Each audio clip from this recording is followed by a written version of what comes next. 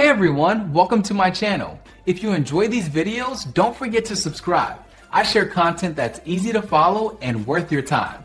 Let's get started. Dismantling a plastic garden storage box is a simple task if you follow the right steps. You might need to take it apart for moving or to save space in your garage.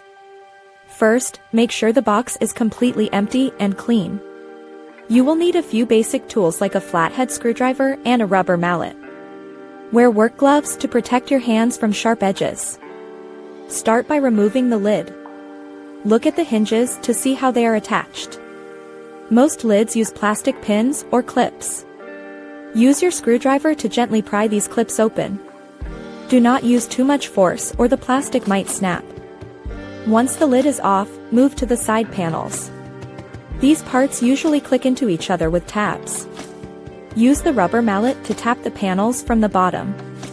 This helps loosen the connection. Be patient and work your way around the box.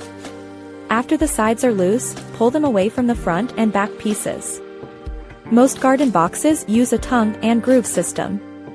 Slide the panels upward to release them from the base. It is best to do this on a warm day. Cold plastic is brittle and can crack easily. If a part feels stuck, check for hidden screws or locking tabs. Some models have small plastic bolts that need to be unscrewed first. Once all the walls are removed, you will be left with the bottom tray. Stack the flat pieces together for easy storage or transport. Your plastic storage box is now fully dismantled and ready for its next use. Thanks for watching. Please like and subscribe.